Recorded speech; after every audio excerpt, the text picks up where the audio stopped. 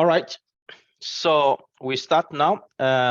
Let's go to group one. Who is presenting for group one in the last task?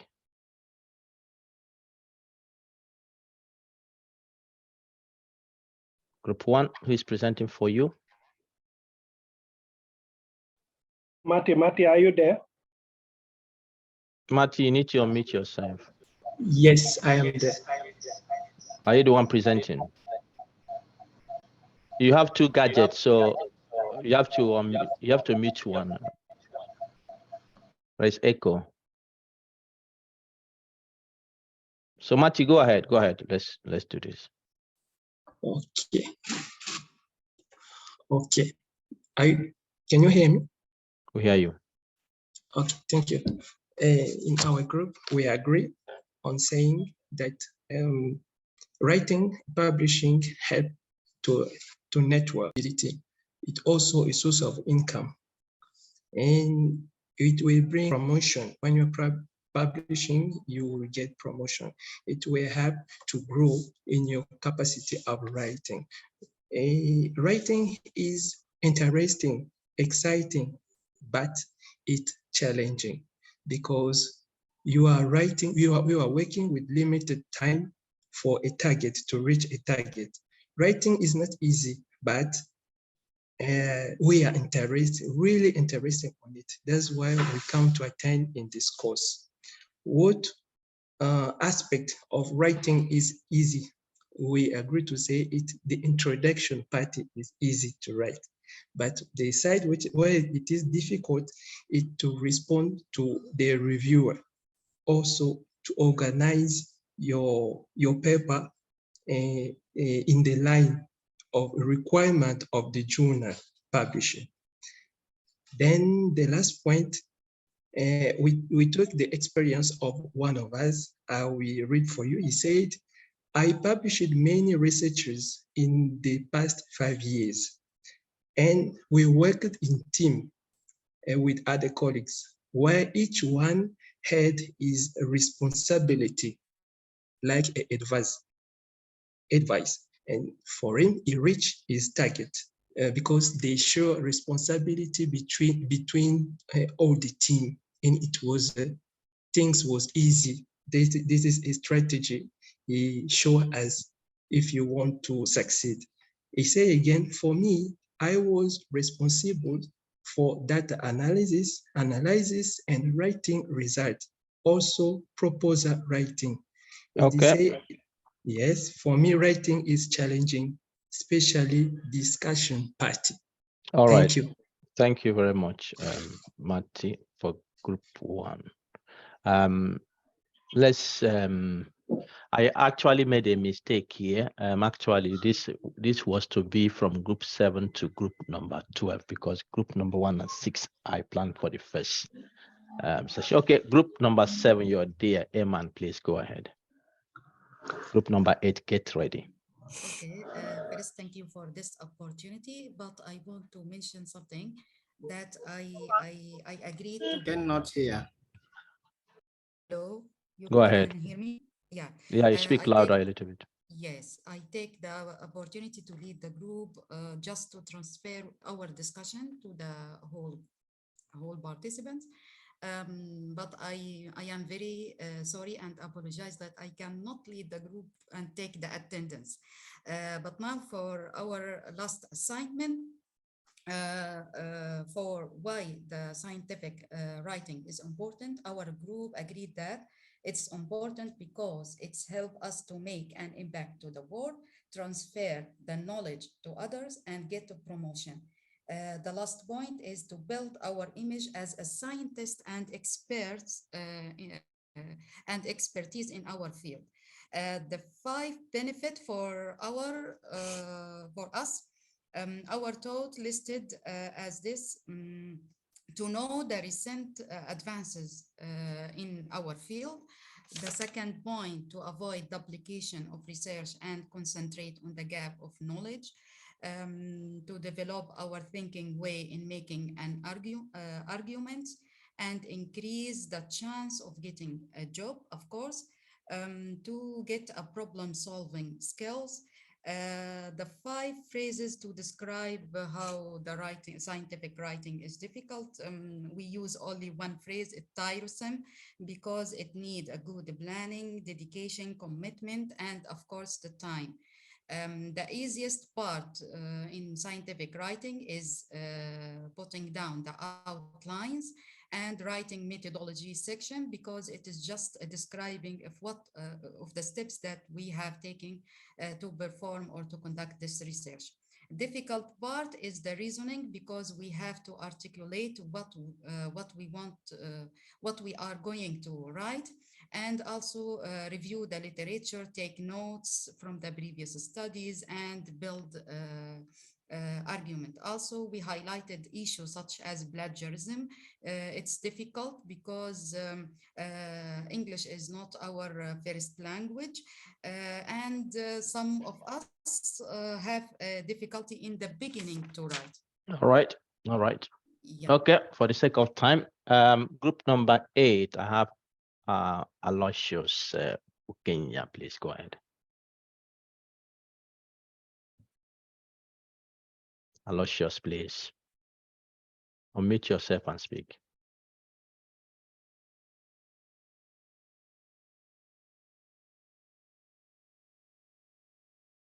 Aloysius. Thank you. Group number 8, various members participated by presenting many points. Why writing and publishing is important for our career. It is the main medium for communicate the work done and by a researcher, and to communicate the science results. One way to document solutions to problems that affect society and which we intend to address through our studies. It also contributes to national building, as it provides ideas for people, the people of our countries. For academics in universities, it is one way to work to support career promotion. So benefits of scientific writing and publishing makes one visible as one contributes to solving problems through publishing, and then contributes to the body of knowledge. Scientific writing is important for health sciences, of course, also for many other fields of research, in sharing knowledge and expertise, sharing new findings for future research, allowing for peer critiquing and discussions. It is the easiest part of scientific writing. The easiest part of scientific writing for various people. They had various aspects. Some, it was the introduction. I think many members agree that introduction was easy, but it was a little more exciting. Yeah, and the background, the study is usually found difficult because it requires reading other people's works. Now, analyzing those ideas and avoiding duplication of ideas to avoid the evil of plagiarism becomes a very big challenge. So All background is one of the difficult ones to do. All right. And then thank you very much. Thank you very much. Yeah, let's go to group number 9. Who is present for group number 9? Please, group number 9, raise your hand. Who is presenting?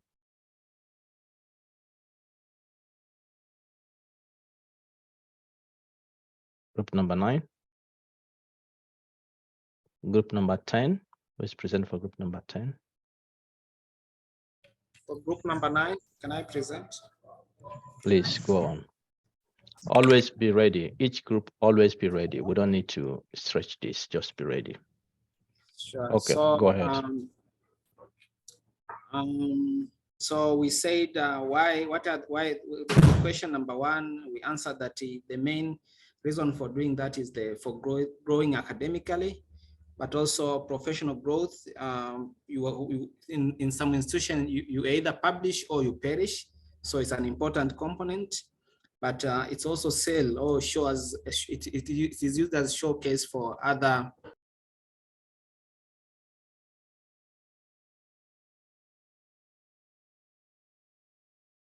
Group number 9, what happened? I was saying that the first thing is to help us grow academically. And the second thing is professionally, especially if you are academicians, there are some institutions whereby you either publish or you perish, but also it's a place for showcase, like for many things that we are doing, especially when we identify problems or when we find out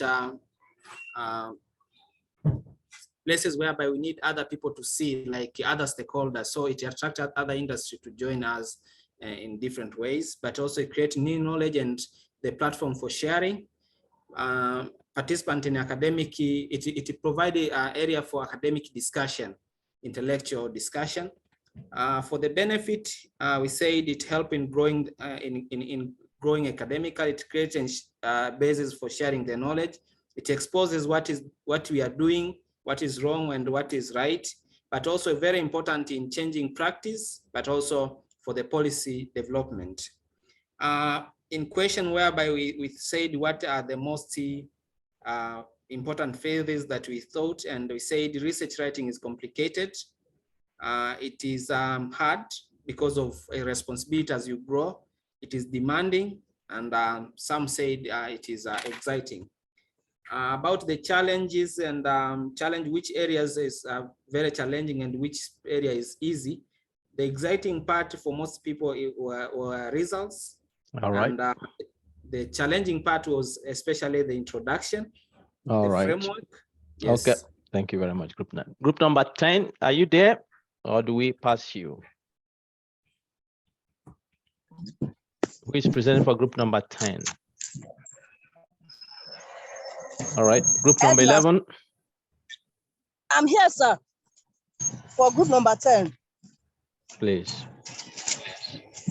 Okay, for group number 10, we highlighted some reasons why we do research. And one of such we say is to get promoted by way of being involved in appraisal, to be visible online, to collaborate with others. And generally, it is ethical for us to do so. For some of the benefits we highlighted, we said it helps to see things in different lights. It helps in policy making. It also helps in career growth and networking. It helps in solving societal problems. And it also aids in innovations, which brings about changes in the way things are done in the society. Generally, the phrases we use as it pertains to our performances is that writing is hard. 5 of such were the same. Writing is hard for me. Writing is hard for me. Writing is hard for me. Goodness me. Then the next part of the question that pertains to what we think is difficult, the part that is difficult and easy. One of the generally accepted part that is easy was that of methodology. Then the literature, some persons said they have difficulty composing the literature review, implementation, synthesizing results that have been captured, and also discussing the results. And for the last part, All right. productivity has been for the last five years. All right, thank you. Thank you very much, group number 10. Okay, group number 11, I see Alexi there, please.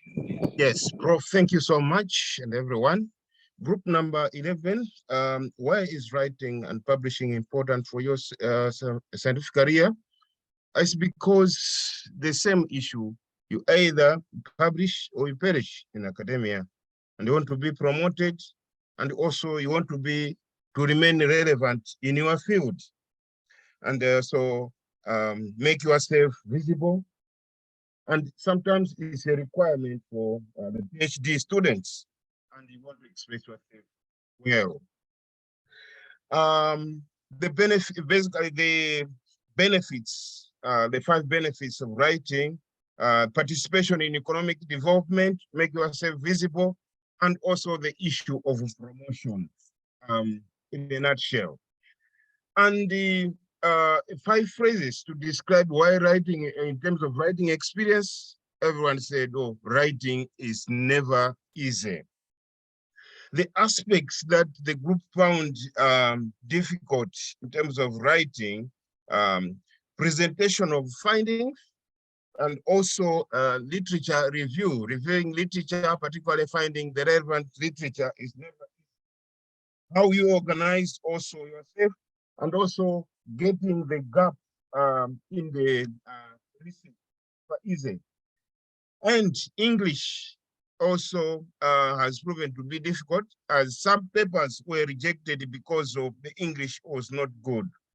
And in terms of something very challenging, it's always time in terms of writing. I think basically that's what we discussed. Thank you. All right. Finally, group 12. Group 12, who is presenting for group 12? Yes, Professor. This side is good evening in China. Thank you so much for this opportunity.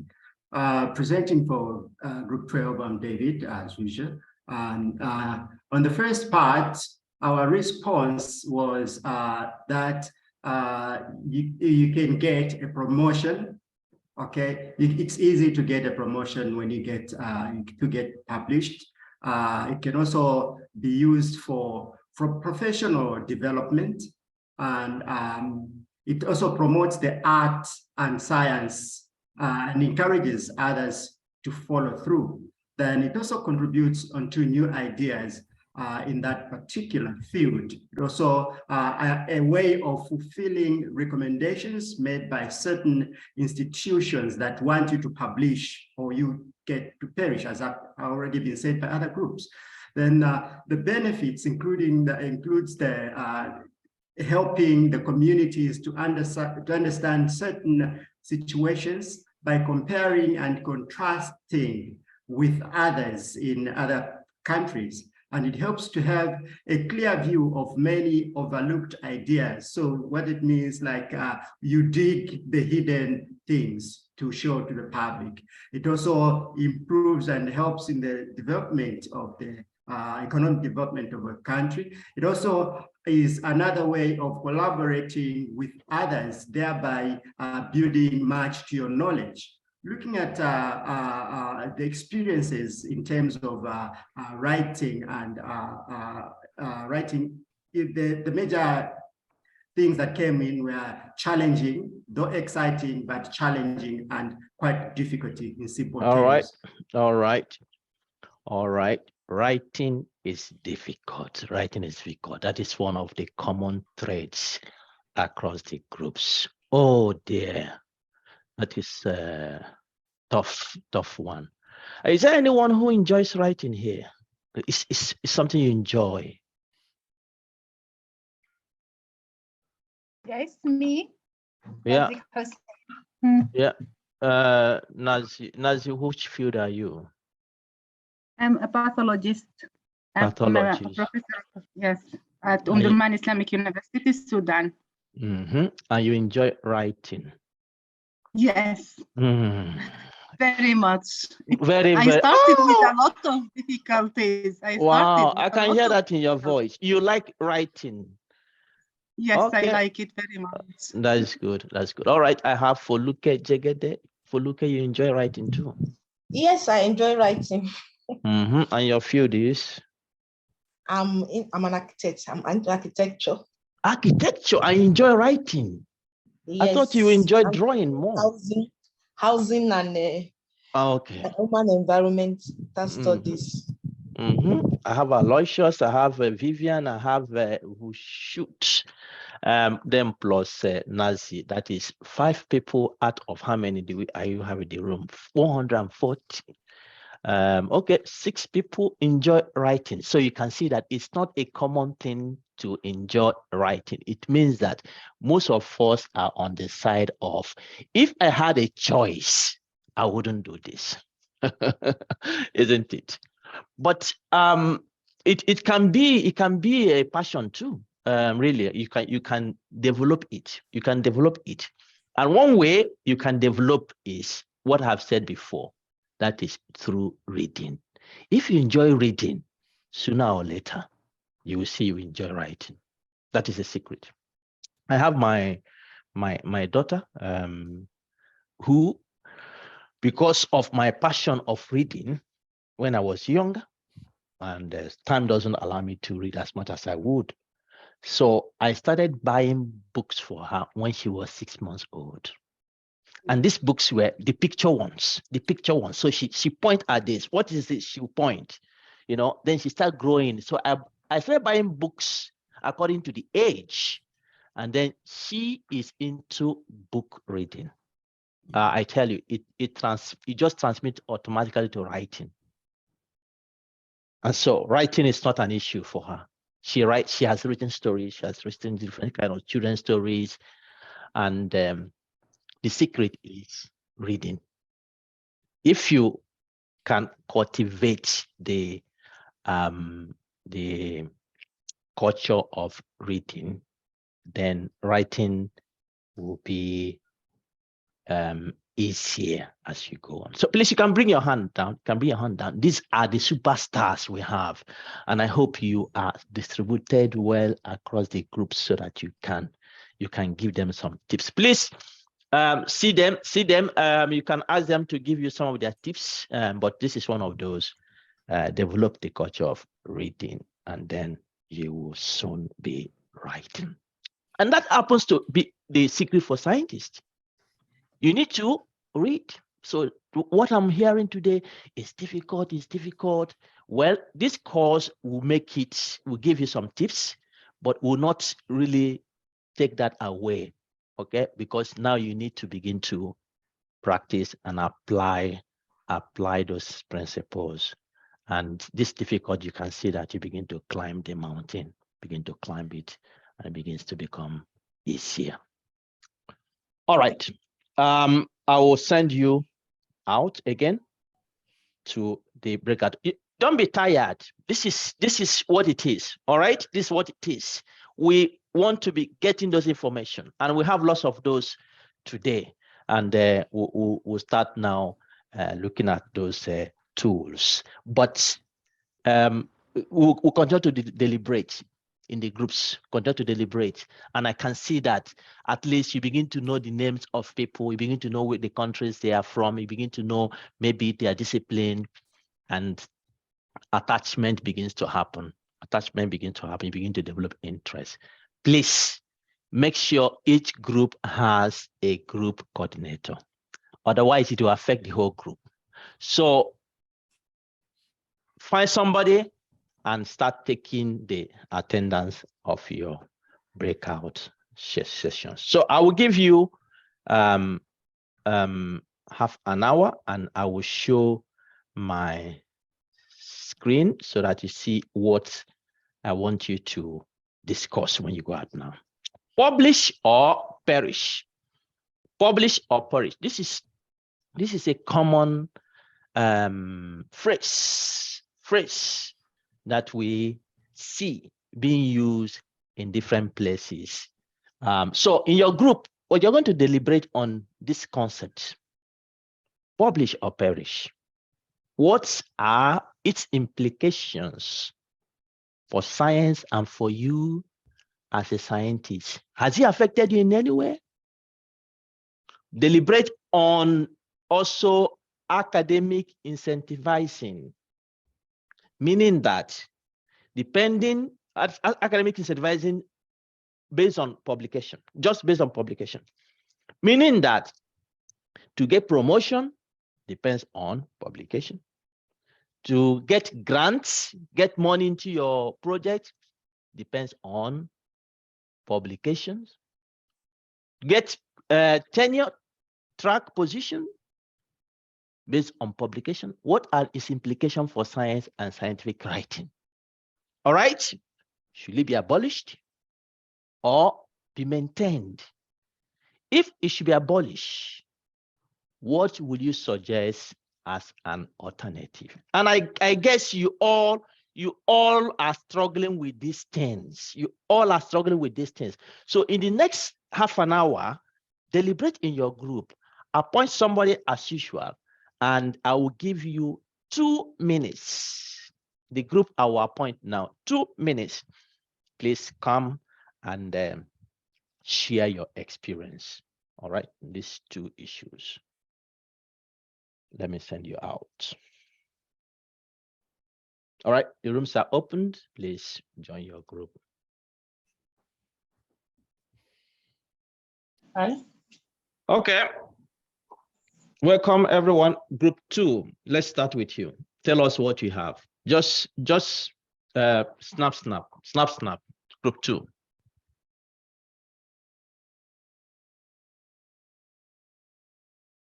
Anyone from group 2? Yes. All right, please tell us what you have. Implication on publish or purge publication is very important for our promotion in academia and to be more productive. But it has negative issue as for the sake of publishing is to publish in low quality journal. Its implication on academia standards is very important to assure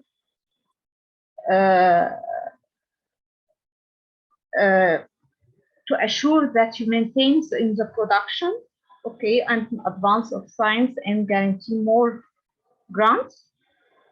And we should maintain this concept, but with modification, which may concern about having a more interest in quality rather than the numbers of publications.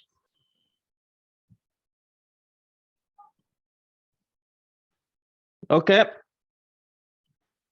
Group 3, are you ready? And group 4? Yes. Group 3, we are ready, please. Please go ahead.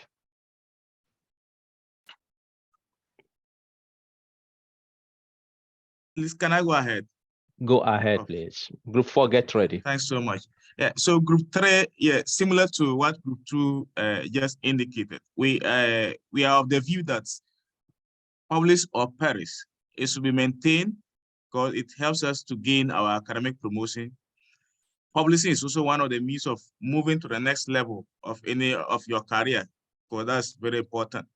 We also publish in order to win grants, very paramount. So as a result of all these criteria put in place so as to make you advance to the next stage, where we believe that publish or perish should be maintained. However, we try to say that this concept of publish or perish, it has some other consequences. For instance, lecturers who believe that by crook or by hook, they have to publish or perish. They spend more of their time in publication, whatever way they will use to publish. That's what they do, to the disadvantage of the students in the classroom. You don't see them more of teaching as compared to the publication.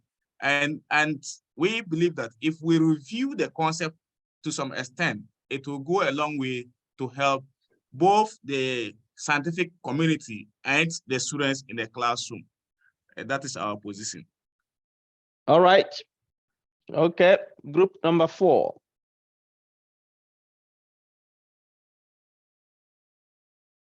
Who is in for group number 4? Okay, well, let me just talk. I'm the group leader, the person we assigned simply not to be talking. Go ahead. Just like the previous speakers have said, publishing or perish, most people appear to, in my group, appear to agree that it should be maintained. It is necessary for securing a job, keeping that job, progressing in it, or getting access to grants, and maybe in some areas, getting the extra remuneration for your work. As I said, most people in my group felt that despite the problem that is causing, there seems not to be any other alternative for it, so it should be maintained. The other problem that they mentioned is it's difficult getting your articles in journals that have high impact factor. Some of them make demands for money that's may be a little bit beyond what people can afford at that time. And then maybe those who now have that money could get articles that are not high quality published. Those are the things we spoke about. Thank you.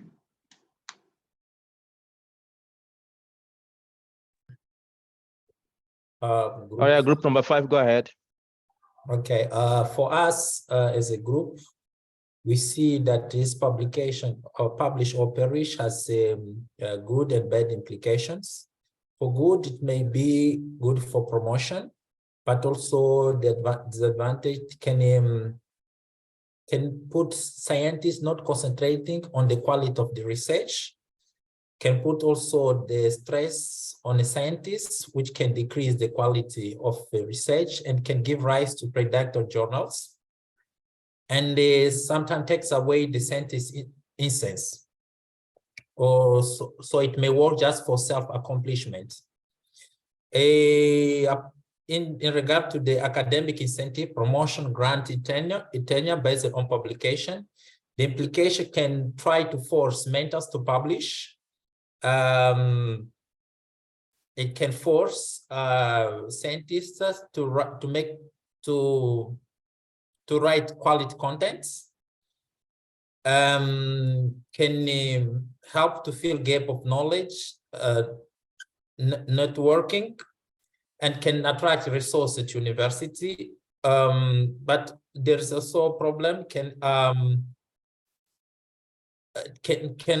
force scientists to create a result that favor the sponsor, and also they can incentivize scientists to focus an area that there is a grant or there is an incentive, and leaving the pressure issue. We think that this we should not be abolished, but we have some alternative. We need some modification. We can decrease the number of publication. We limit the number of publication, for example, for promotion, and we can find different. We can have different kind of alternative attached to different incentive. Not just about promotion, but we can create different alternatives. All right. Thank you. Thank you, group number 5. Okay, group number 6 there. Yes, we are there, Prof. Please go ahead. Okay, for us, the first point, publish or perish. We are saying we are agreed that it implicates science to publish not conduct a good research and put a pressure on them to publish not good quality journal. Then after they put and can be also good for promotion. We people are considering that it's better to have a much number of articles published in case gain the good promotion to in scientific career. On second part, we agree that not totally we're not totally abolished, but we need to increase those another criteria, like we need to allow all students to evaluate the lecturers in case to promote them. In case to promote them, in case to gain them their promotion.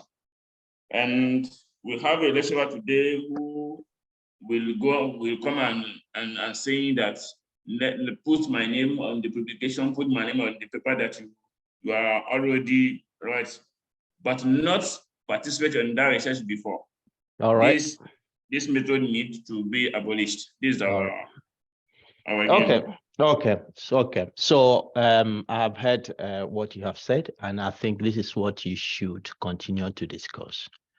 Why I brought it here is that we have somehow been assimilated into the system that we are no longer critical about it.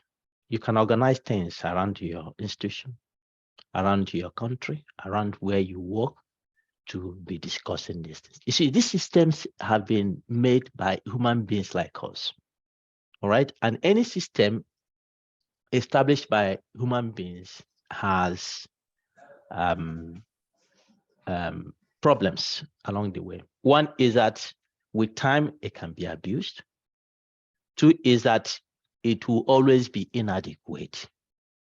And so from time to time, we need to begin to appraise to see what we have. Is it the best we can have? Can we improve it? Can we make it better? Otherwise, what happens is that publish and perish. That concept means that if you don't publish or publish as required, the system will kick you out. And so what happens is that in many cases, people go to the extent of publishing nonsense. All right, nonsense that should be flushed in the toilet. All right, but still they use it to get what they want, what they are looking for.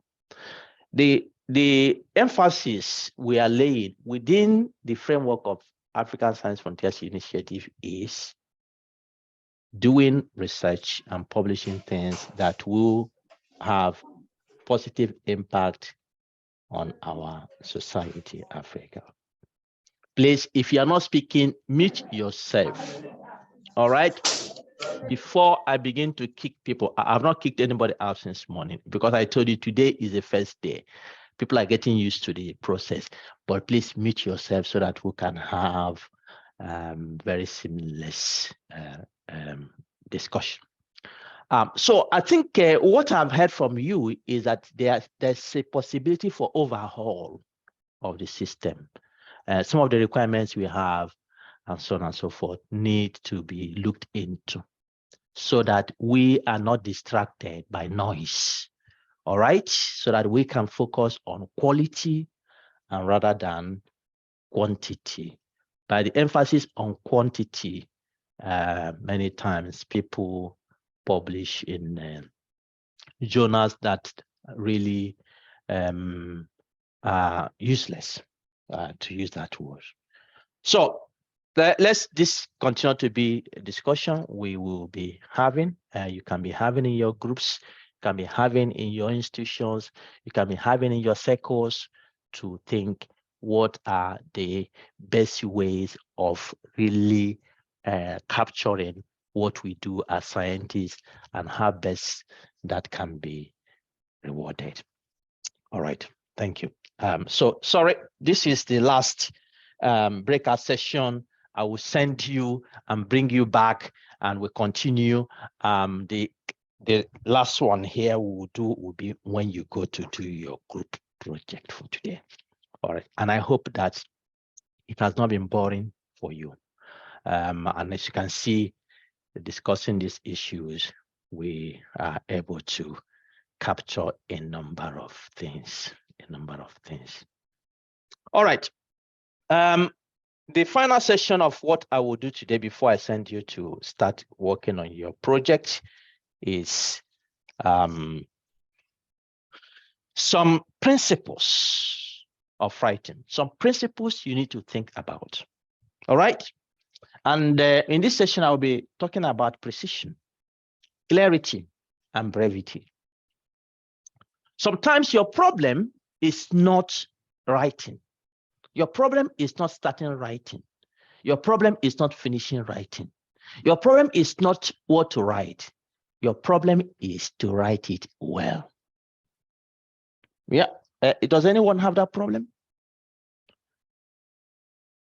Does anyone have that problem? Just raise your hand. Let me see. Your problem is not starting writing. Your problem is not writing. Your problem is not finishing it. Your problem is writing it well. Yes, I do. Yes, I do. Okay. I also. Yeah. So that's me. Yeah, that is you. Okay. That's All not a right. problem. All right. My So there are some problem is starting writing. Mhm. There's some principles you need to start developing, and some of those I want to talk about: precision, clarity, and brevity. Precision, clarity, and brevity. You see, the top journals of the world, if you read their papers, even technical subjects, there is something that happens in those journals is that many of the papers are sweet to read. They are nice. Oh, they are captivating. They are well worded. The phrases are used succinctly. And that is because there are ways to demonstrate what you are writing. The goal of scientific writing is effective communication.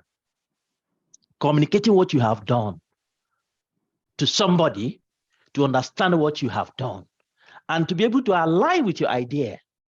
And they can say, well, this is nice. This is a good piece of work. So it is not sufficient for you as a scientist to do your research.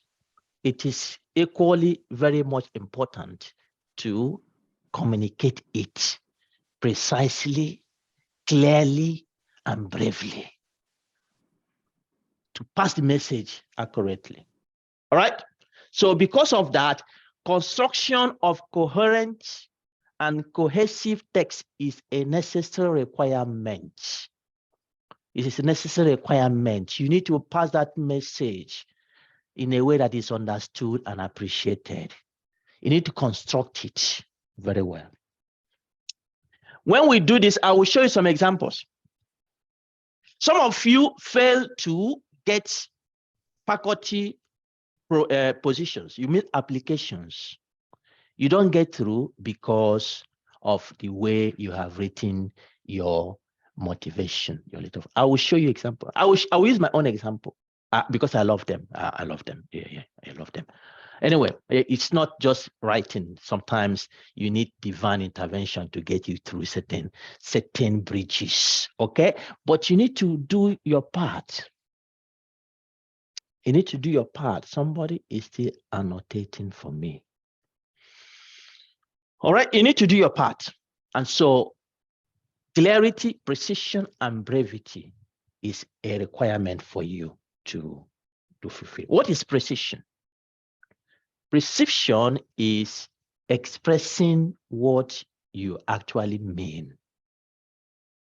What you actually mean in a simple way. Avoid colloquial expressions. All right? Some of those expressions may dilute. You see, sometimes I read some text, it's so boring. It's too wordy with so many things put in there. I have in my country, I used to use this as an example. He's a lawmaker in the parliament. He used to be actually, he's no longer, I think he's no longer. And what happens is that this guy is so, what word will I use? He's so entrenched in studying dictionary. That is the way I interpret him. So he has all kinds of words. Only God knows when he sleeps. So in the parliament, when he's contributing his quota of contribution, some of his colleagues are dodging, like he's throwing bullets. Some are laughing. All right. And so he presents his case. Eventually, if you take a cross section, let's say 10 of his colleagues, what did your colleagues say? They will tell you, go and ask him. I don't understand. It is not that what he has said, the words he has used are wrong. It's just that, they can't be understood. They are not simple. They are not precise. It's too wordy. All right. And when you do that, what happens is that instead of attracting, it begins to distract. All right. It begins to distract. Instead of attracting, it begins to distract, or it begins to arouse jokes. People begin to laugh about it.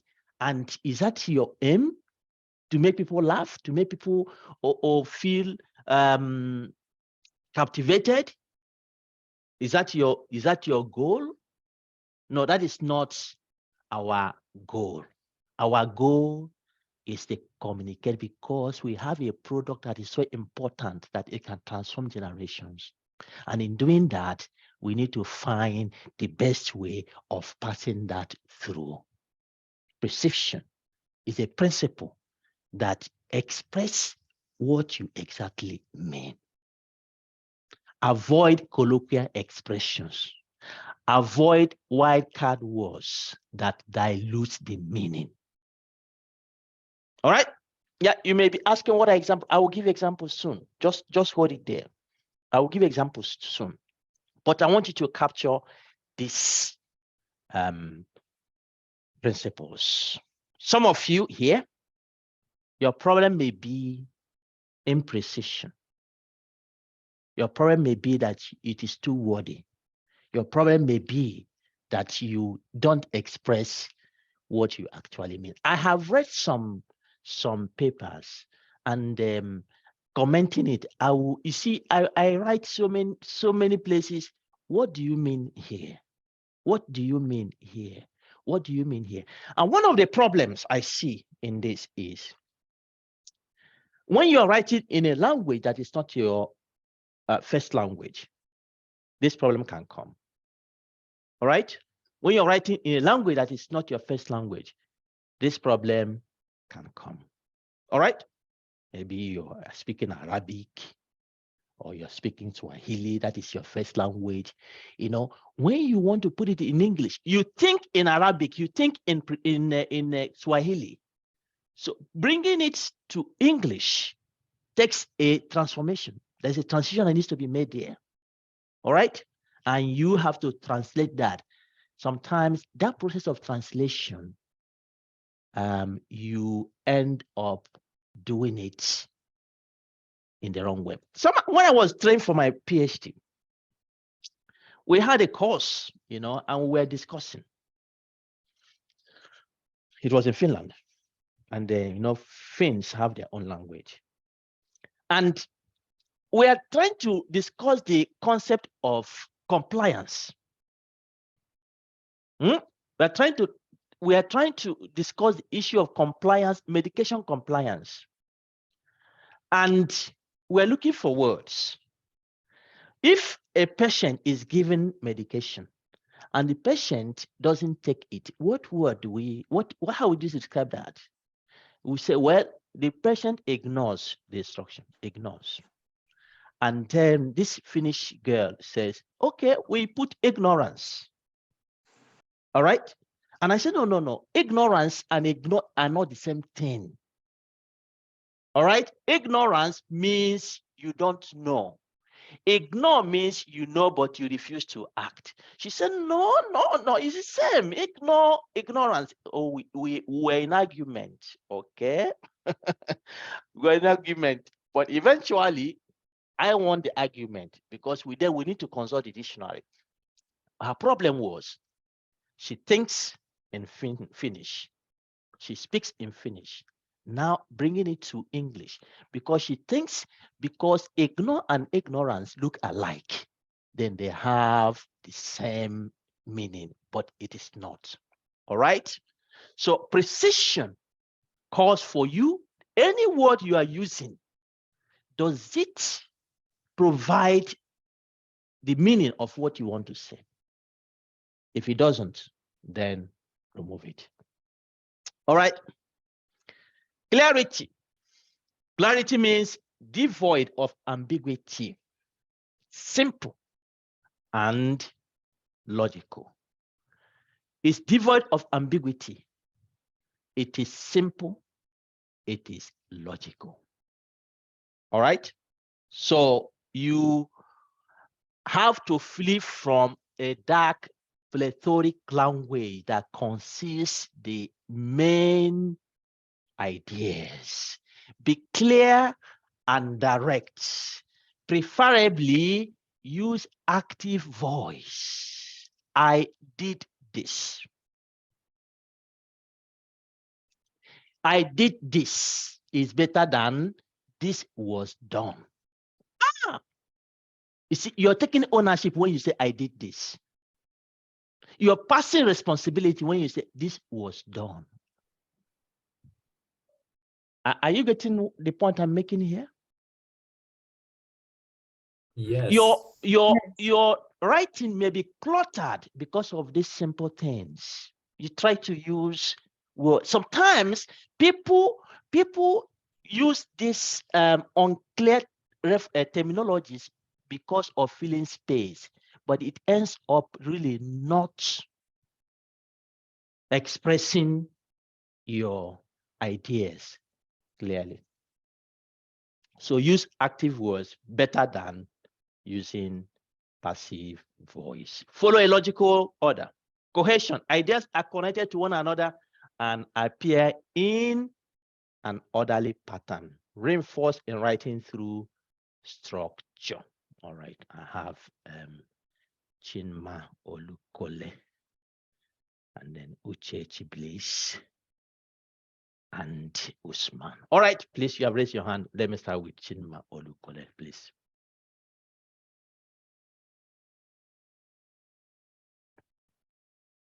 Please unmute yourself and speak. Chinma. No, I Oh, you are not raising your hand to speak. only raised my hand when you asked how many of us had. You asked one. Oh, okay, you're still question raising No, it. no, no. All right, so you can bring it down. Okay. You can bring it down. And then I have Usman. Usman, do you want to speak? Yes, I was just imagining how would that correlate well when you are asked to give a reported speech in your thesis, for example, if you are writing and then you have to give it in a reported form, how would that correlate well with using the active form of I did this? What do you mean reported speech? What do you mean by that? Like, for example, if you are like, for example, if it is you are mentioning the methodology, for example, if patients who are eligible for the study, you know, were recruited and all these things, for example. Yeah. It's not an incorrect grammar. It's not an incorrect grammar. But if you say 100 persons who were eligible were recruited in this study. Okay, so let's count it. 100 persons who were eligible were recruited in this study. How many? 10. All right. Okay, let's turn it the other way. We recruited 100 eligible person. How many? 5. Does it have the same meaning? Usman. Yes. Which one do you like? The second one is shorter, and in terms of word counting, is more precise. It's more precise. It's more precise. You have used that now. I'm talking about precision. I didn't put that word into your mouth. It's more precise. All right. So what you end up is that you use words that can be cut off because they add nothing to your. In fact, the shorter it is, the better for scientists who are busy to read. If in the end, the shorter version gives the same information than the longer one. You know, going to Egypt, 40 days compared to 40 years. All right. Anyway, I hope it's clear for you. So regardless of how you see it, the point here is Precision is important. Brevity. Say only what needs to be said, avoiding wordiness and redundancy. Brief and to the point. So you can see how these concepts are related. These concepts are related. All right, I have other hands. I have Patience or Evans. Are you raising your hand to speak, Patience? Yes, sir. Go ahead. From what we just discussed now, for some places they will insist that we should not use. Oh, who is saying that? Go ahead. Most time they insist we should not use phrase like we, I in reporting our report. So I don't know how to go about it. From what you just said now. So this what I've just said is when you are free to use, unless they have asked you to use the passive word. Okay. Then you can abide by that. Okay. All right. But if such condition is not given, then follow what I have told you. Now, even in the passive, even in the passive case where you are asked to do that, there's also a way you can make it to cut short of long words, long text. All right, I have Olo Runtola Rachel Foluke. Thank you very much, sir. Still in line with precision and the use of active word like we. I know in thesis writing, we are instructed not to.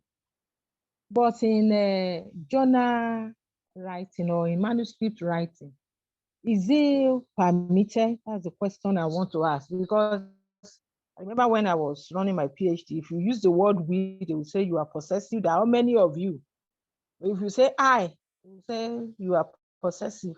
So when you said I did this, I looked at it and said, is it permissive that when we want to write journal, which type of journal that we will need to use the word I and they will accept? Because I'm a little bit confused. So most journals prefer the active voice. Okay. When you're doing your thesis is your work. Even if you're I can't tell you this. There are many journals in the world. All right. So you have to look at what the instruction or the requirement of each journal. But many journals prefer the active words. Now, in the case of your thesis is your work. All right. The goal of the thesis is to guide the student to be able to demonstrate scientific prowess in terms of conducting a scientifically sound research, report it and write it. All right. So you may be involved in a project, but that piece of work as your thesis is a demonstration of what you have done. So in that case, when you're reporting that piece of work, your thesis, use the I, the personal I. That is your work. All right. Don't use we. All right. In some places they will ask, okay, you say we, that means you have not done this work alone as expected. All right. Of course, but even if you have not done it alone, and that is the usual case, in reporting what you have done, use the I. There's really no other way to go about it. You can't use we because the thesis is yours. But now, if you're taking that piece of work in your thesis to a journal that prefers active voice, then even if you have used it I in your thesis in the journal, you should use we, because now you have more than one person who is part of the study. All right, so you use we. So it depends on the context. The context of the thesis, it's your work. You have to own it. In the context of publication where you have co-authors, then it is we who have used it. Now, if you want to publish, check what the journal requires. Does the journal require active words, active voice, or passive voice? Whichever the journal requires, use that. But whether you're using active voice or passive voice, the principle of precision, clarity, and brevity are still tenable, and you need to abide with them. All right, and I have Abalis Caleb.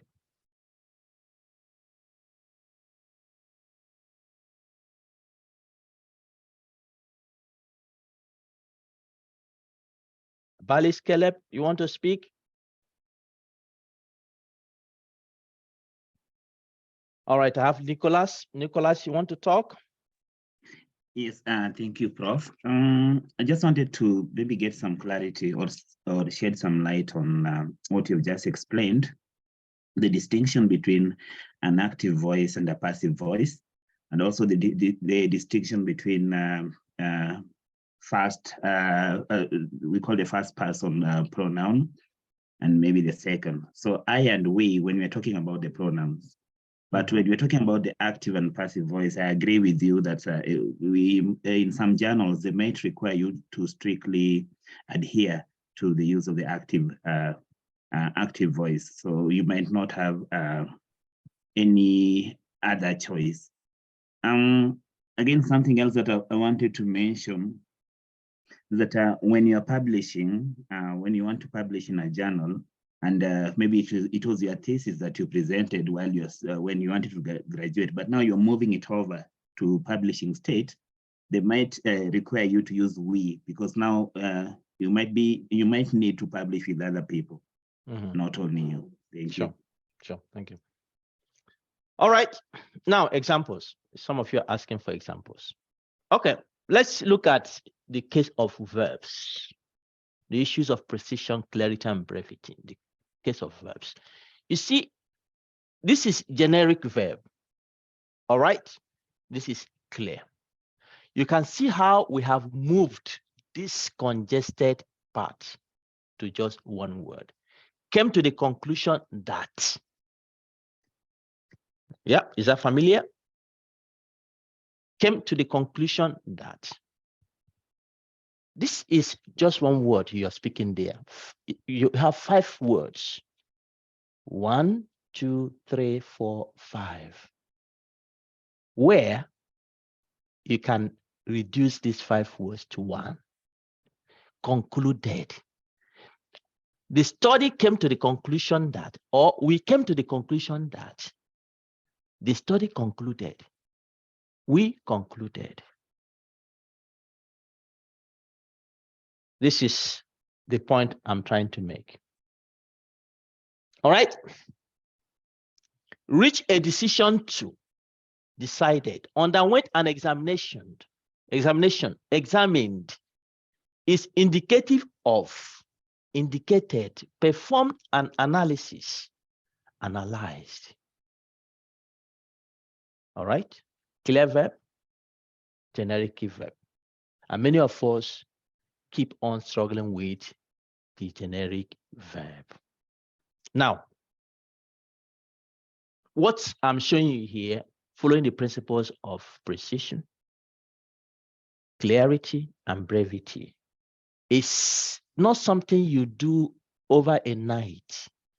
It's something that comes. The more you do it, the more you improve, the better you are. All right? And now this is what you do. And this is what I do. If I write a paper, all right? If I write a paper, that paper can undergo sometimes 15 revisions by myself, 15. I used to number them. Draft 1, draft 2. And so I draft it. Then I read it again. I read it again. I come back to it. I read it again.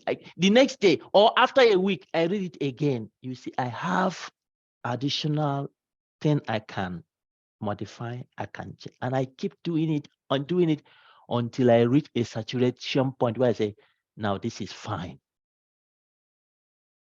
All right. So there is a gradual process you have there to process what you are trying to do here. So don't write and say, well, I've done. No, read it again, get out, go and do something, go to the shop, go to pray, go to the church, go and play with your kids, go to the forest, and then you come back, you read again, you see that you have a clearer insight. And that is the way you can develop, and you see that it's becoming sweeter each version you perform. All right. Sorry, this should be long versus short, long phrases versus short word, not generic. I think I need to change it here now before I forget. Just a moment.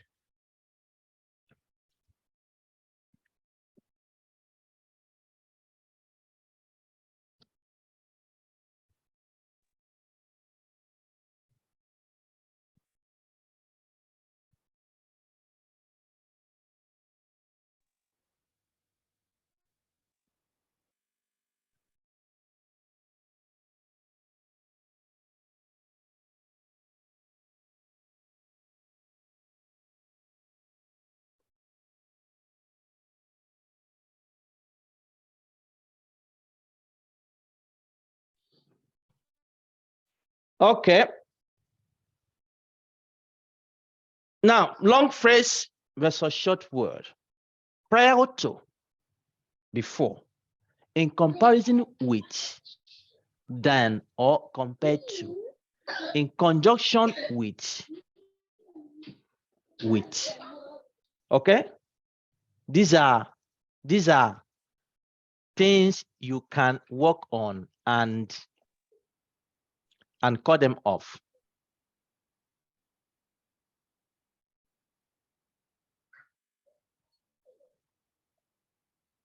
All right. So you can see it. Precise, clear, and brief. And many times, some of us struggle to really make this transition. Complex word, simple word, initiate, start. You know why this is simple? This has how many vowels? Initiate. 3 vowels. Here has only 1. Start. Commence. Start. Ameliorate. Improve. Commensurate. Equal. Enumerate. Count. Majority. Most. Administer. Give. Terminate. End. All right. You have 1 vowel words are simpler than 2 or more vowel words. All right, Matthias, saw your hand. Please go ahead. Yes, I'm wondering. I just go all straight. In prior to, when you are talking about long phrases versus short word, prior to and before, I don't know what's wrong. For me, I think prior to is the better way. This what was my thinking. I want to understand here. Matty, because you're thinking in French. You're thinking in French, okay? In the English, you see, this prior to is 2 words. It's 2 words, all right? Before is 1 word. And so what is different between both of them? Anyone can tell us the difference between, in terms of meaning? I think there is no difference. Maybe I can try. Yes, please. Prior to means before beginning something. Mm-hmm. It's like before beginning, and before it's just before. It is just got one word, conclusive, straightforward. So what is difference? I think proud to is a bit longer. Before it's just straight to the point. No, I mean, So I mean the reading- meaning, Yeah, the meaning. the meaning are the same. The meaning to me, they are the same. Proud to, and then before means the same thing. The same thing. Before you start something, is proud to. Before to is before you start something. So I think they are the same meaning. They mean the same thing. They mean the same thing. If you use prior to, you have used two words. If you use before, and you know, when you see when we read, you do not know the essence of time. If you have a text that has this on the left, you can think, well, it doesn't make any difference. But let's say you have a textbook that has maybe 100,000 words.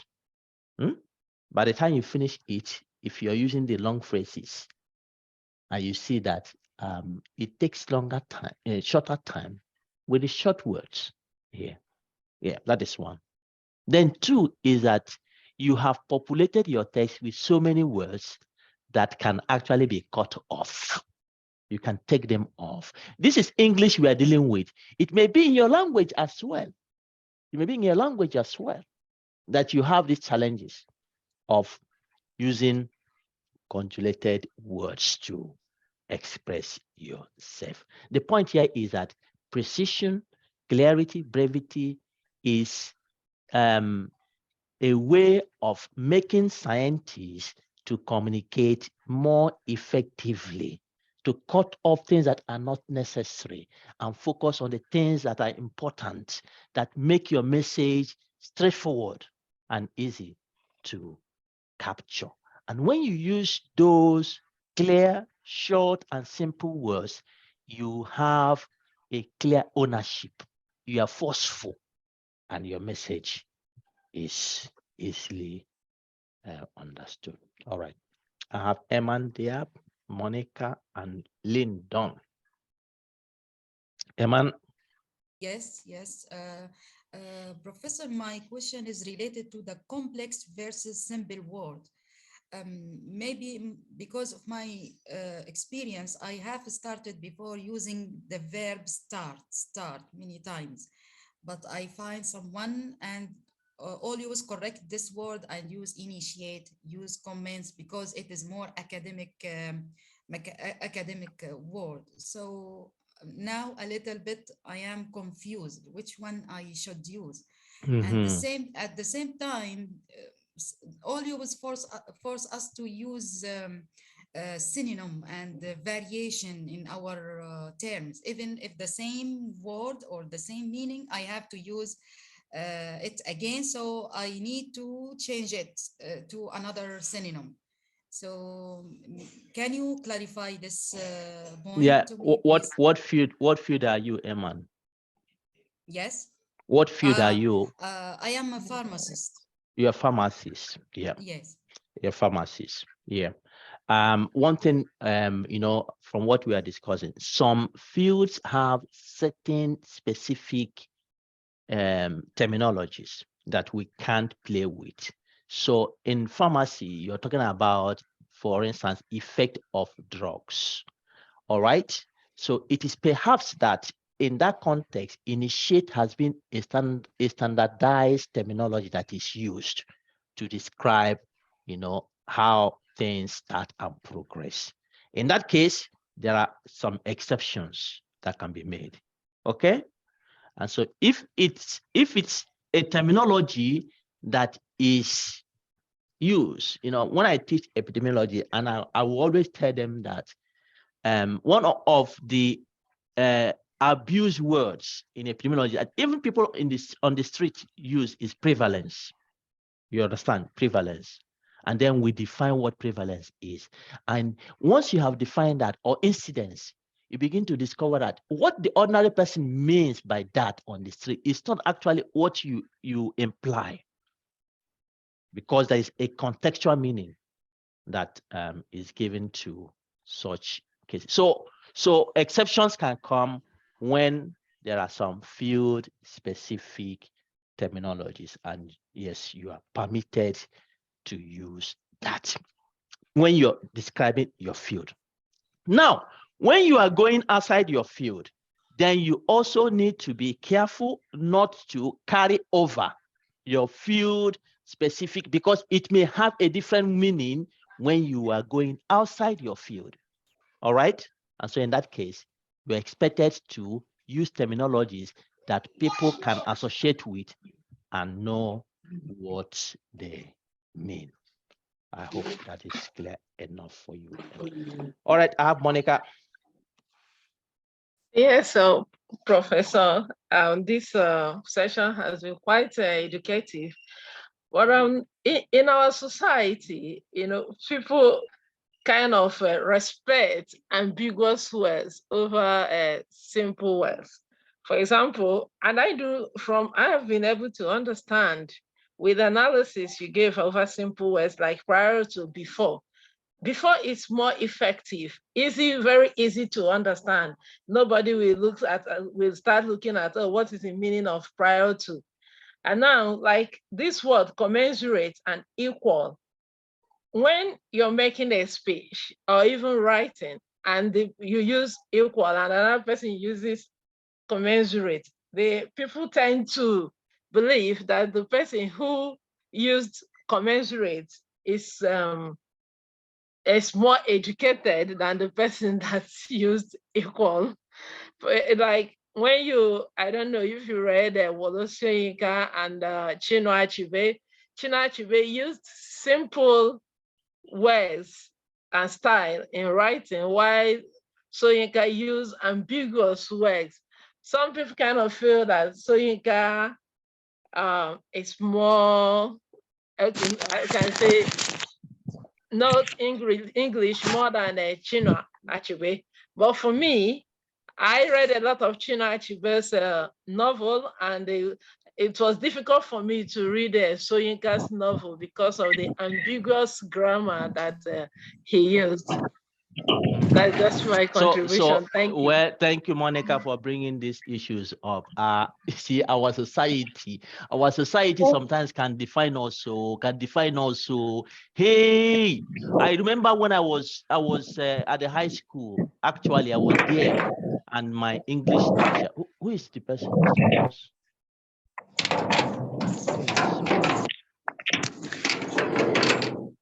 Fian, only you know what is happening there. Please mute yourself. So we are there. My English teacher would say, simplicity is the goal. Simplicity is the king. Simplicity is the goal. Simplicity. My English teacher emphasized that. And she gave a story. She said there was in a school in those days where it was the African man started going to school. They knew when they had school, and then few people in the society you can have in a region only 1 or 2 professors. And because those people started school late, before they become professors, they have gray hair everywhere. They're old, all right? And so in the school, sometimes the professors are invited by the schools to come and give speeches, to talk to the students, to become role models, and so on. And she said, in this school, they announced that the professor was coming, and the children were so happy. Hey! And actually, what a professor was associated with in those days was his big grammar. He has the control of the grammar. He can speak. And these children were in anticipation, expecting that this professor will speak professor grammar. And so the D-Day came, and the professor was standing before the student, and he was saying, "Oh, my dear children, I am very happy to be with you today. It's my pleasure that you can invite me." And so he started speaking simply, and he couldn't go far before the children started grumbling. He was surprised. What is happening? So he talked to the teachers, what is happening? Why are they doing that? He said that they were expecting to hear Professor Grammar. Which one is Professor Grammar? The difficult ones. He said, this one you're speaking, they already know. They know these ones. Ah. And then the professor started using big grammar, and everywhere was jubilating. Hey, hey, hey. But the question is, how many people understood what he was saying? It's perhaps that the professor is speaking very important, passing very important message, but this is convoluted in the big grammar that does not allow the children to understand. All right. So my English teacher would say, simplicity is the goal. Simplicity is the goal. Well, Chinua Achebe and the Wole Soyinka, I had the same experience with you. I can't tell you which Wole Soyinka text I read. I ran away from them because when we were at the school in those days, we had a choice to make. I ran away from them because I had not reached that level. Even though they are not difficult messages, so it's just the way they are presented. Because if somebody who has read that can tell me that simply, I will understand. But he configured it in a way that it is meant for certain people. So what you do, you lose audience, then two, it is less appealing. It is less appealing. It is less appealing. So that is why you can see the readership of Chinua Achebe cross across continent, cross across countries, because it is simple for people to read. It is, if you see the way he writes very straightforward. And I tell you, you can't understand the difference this can make in your career. People can identify you without even knowing that, this is a researcher, this is a doctor who, I like her writing. I like to read about them. All right, so this is a culture we need to build. Simplicity is the goal. Okay, Lyndon, and then I have Uchechi Bliss. Lyndon, are you there? Thank you very much, Prof, for the opportunity. What I've learned from the morning about scientific writing is the challenge we have as scientists is how to communicate the research we've made to ordinary people because of this kind of challenges. So I'm happy that you are teaching precision, clarity, and brevity, and now giving us the way we can write in a short form that people will easily identify themselves with us, that they will understand the kind of research you've done without going through difficulty to understand. And even if I use Grammarly, when I write, I see that most of the words you have put in there, so the short words, these are the kind of correction they do. Usually, if you write proud to, you say they will just change it to before. So for us to be able to communicate effectively, I believe that we need to go to or use more of the short words in our write-up as scientists, for people to easily identify with what we have done, that will appreciate our work, and then be able to depend on it to help in the development of our nation and Africa. Thank you very much. All right. Thank you, Lyndon, for that encouragement. And then Uchechi Bliss, please go on. Thank you very much, Prof. The discussion has really been encouraging and engaging as well. But my little challenge in writing is the problem of plagiarism. The problem of plagiarism has really, cost a lot of writers like myself in trying to paraphrase. You find out you change some of the wordings to get something that can lower your plagiarism score.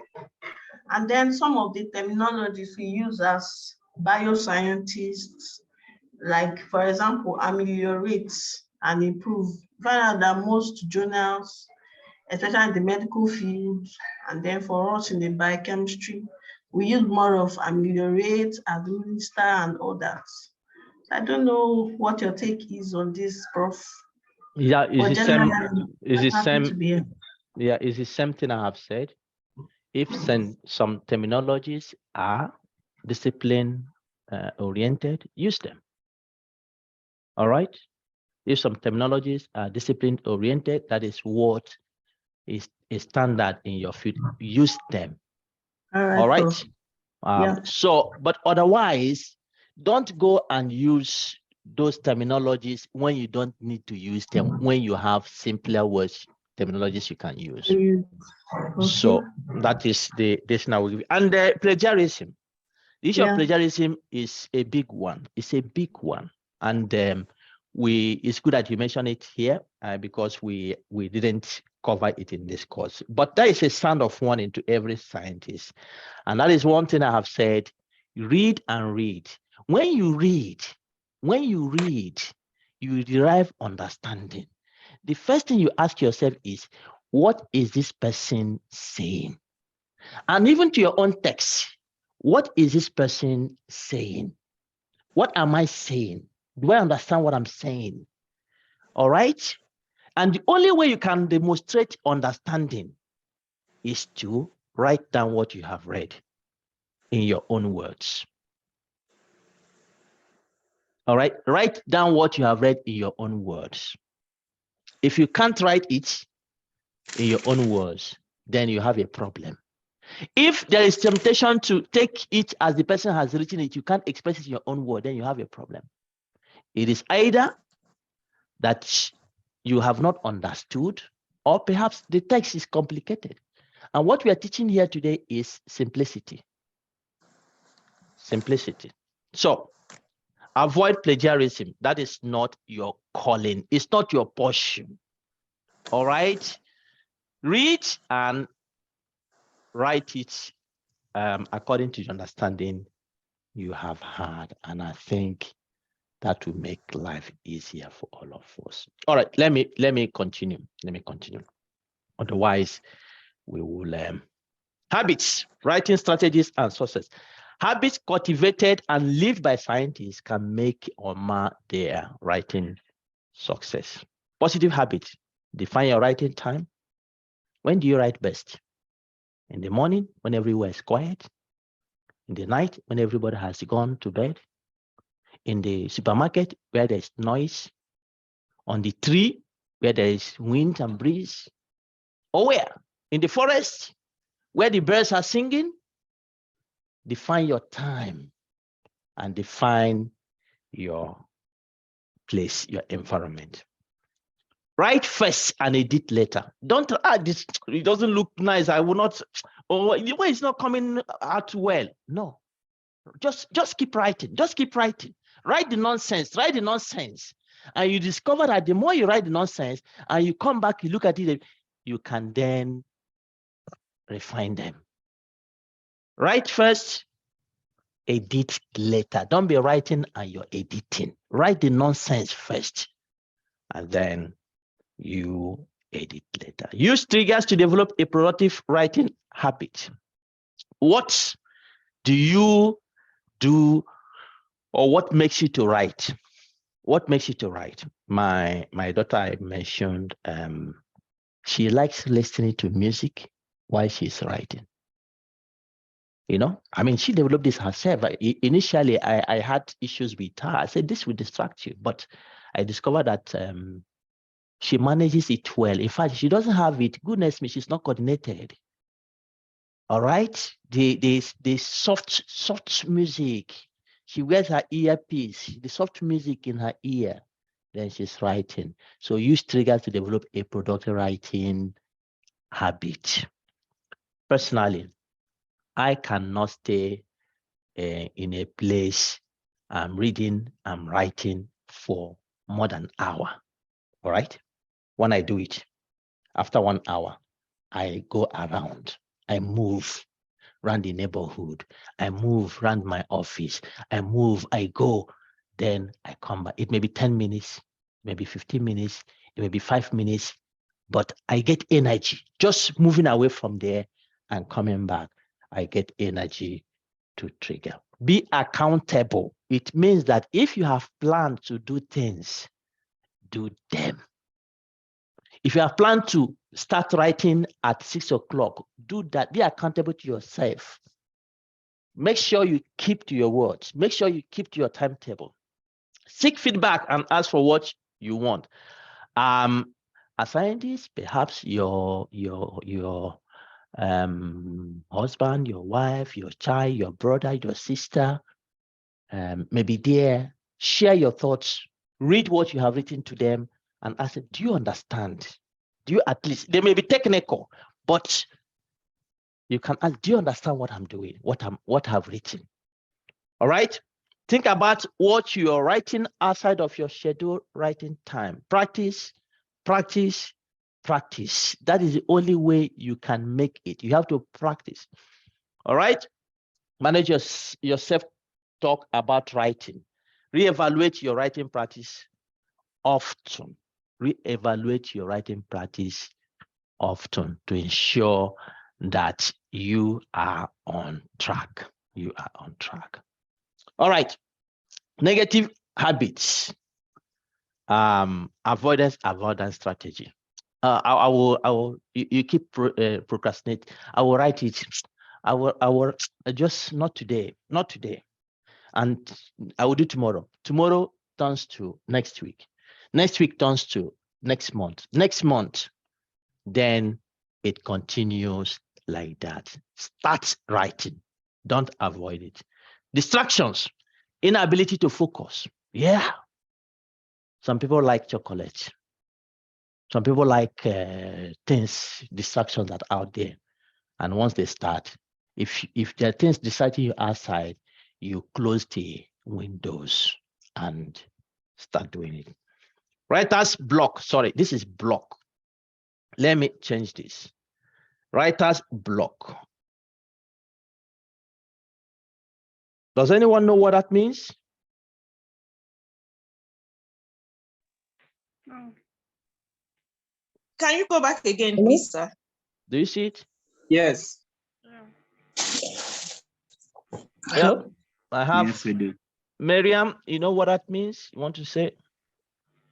Yes, bro.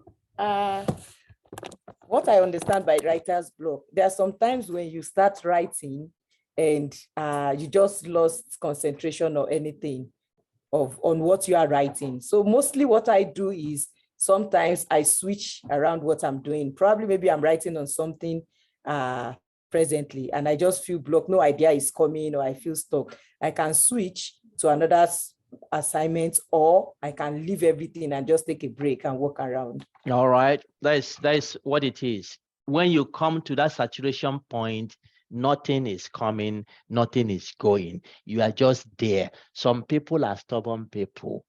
They say, you think I will finish this thing today. I will finish it. Even though it's, nope, you can't do it by stubbornness. Okay, it's not a good strategy to force it. And that is why you see people, they will sit in a place 3 hours, 4 hours, 5 hours. And you ask them, what did you do today? Since I've been trying, I couldn't do anything. Nope. You could do something. So what Miriam is saying there, move out, get out, leave that thing you're doing, do something else. The thing is that your motivation level has reached its peak on that thing you're doing. And so there is no movement. You're just static. All right. So that is what is called writer's block. At that time where you can't move, you feel like you're stuck in a place. Do other things. Personally, I like going to the forest. I take my kids, we go to the forest. I take fresh air. I come back, can spend 1 hour there, 1.5 hours, sometimes 2 hours. And by the time I come back, I have new energy. I have new inspiration. I have new motivation to move on. And my terminologies will come because I've spoken terminologies. I've spoken with kids. I've used simple terms. I have seen the birds. I have seen the ants. I've seen the trees. And when I come, I can transfer. All right. Perfectionism. I will get it. Oh. I will get it. I wouldn't move an inch. I won't move an inch until I get this sentence right. I won't move an inch until I get this write. No, like I said, write and edit later. Write and edit later. Please just give me 2 minutes. Let me see who is knocking my door.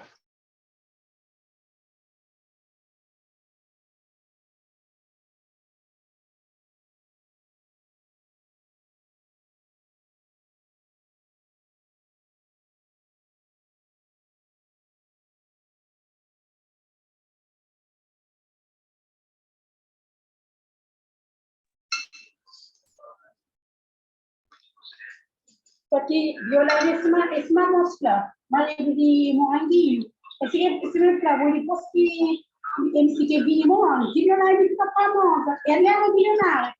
Ma ecco, comunista e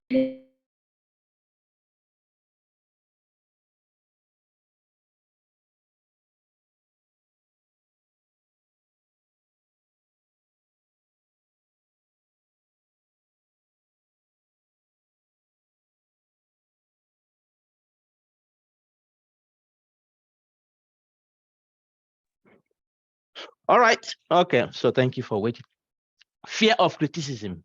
You see, sometimes we don't want people to see what we are writing. We just want to hide it ourselves.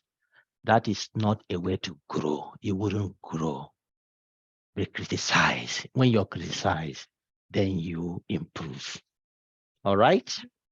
When you're criticized, then you improve.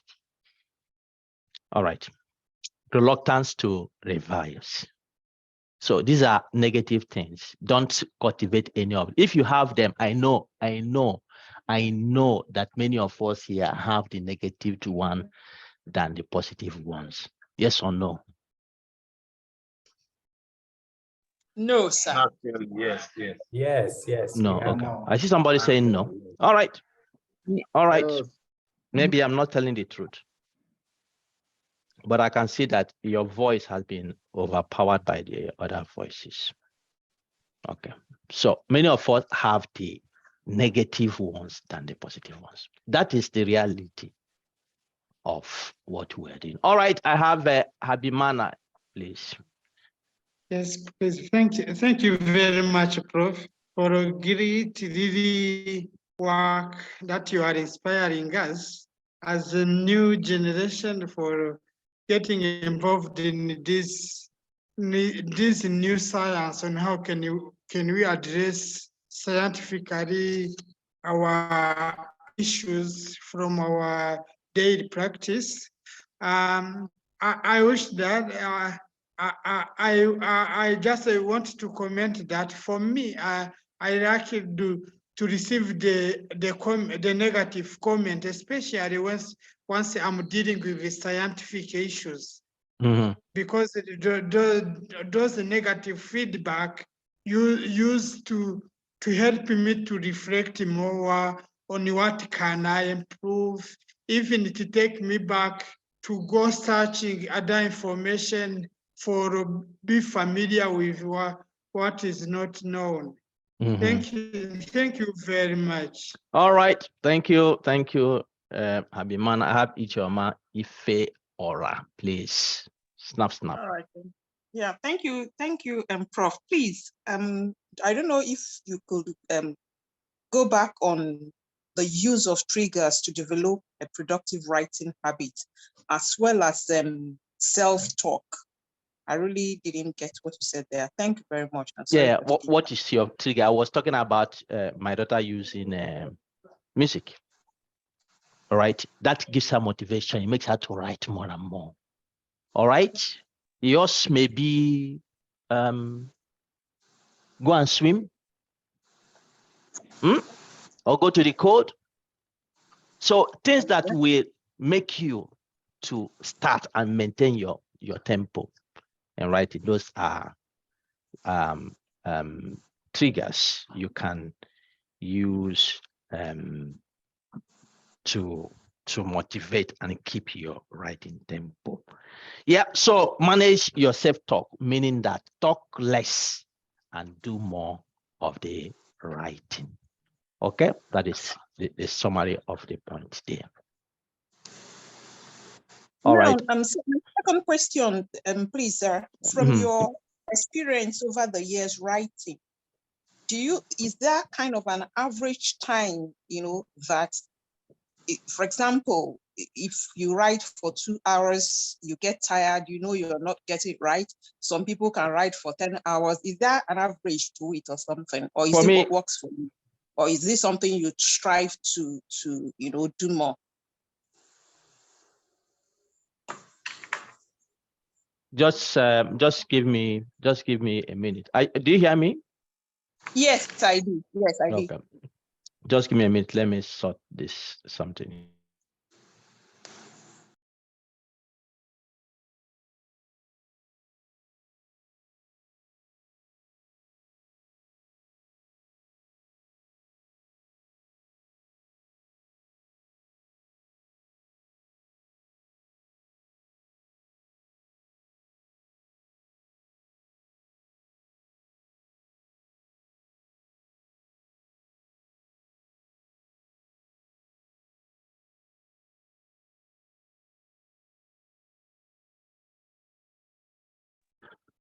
All right.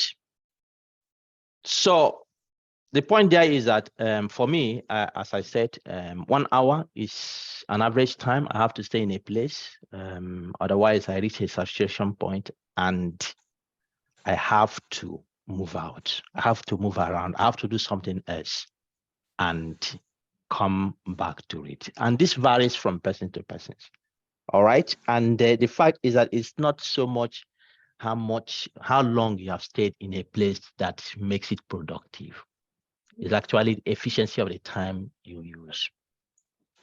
You understand? So this is different from person to person. You need to find your own average time of doing your writing. All right. Okay, sir. Sorry, I'm asking you too many questions. Then the very last one, sir, please, on the average, how long do you spend on a particular manuscript? How many months, how many weeks from if you're starting to write to goodness me? It depends on the manuscript. The manuscripts are different.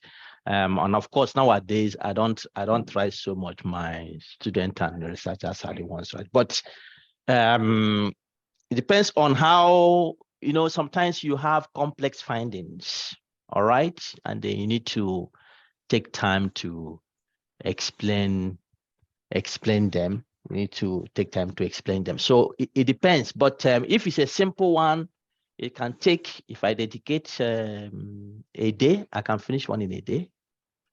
If it's a complex one, it can go from 2 to 3 days if I dedicate those days without having any distraction of other things like teaching or meetings. In a day, I can have the first draft of a paper. Okay, thank you. All right, then I have Abalis, please, and then we'll move on. Okay, thank you, sir, for the opportunity. And sorry for me to take us a little backward. Before now, we were talking about bringing art and skill into scientific writing. So, so far now, if I am following well, what we are looking at and discussing also appear to be structured. And I also noticed that many scientific writing, even right from the caption down to the body, seem to be following the usual structure without any maybe artistic style that is being brought into bear. So my question is that what are some of the unique skills that really garnish and make a scientific writing outstanding? Yeah, we have talked some of them up there. And we have mentioned when we talked about, is it a science or is it an art? The science part is you're following the rules, the standard that has been set. But when it comes to the art, you need to bring in demonstration of presenting an artistic work. All right. I think we'll come back to this. How do you proceed? Where do you write first? How do you bring artistic?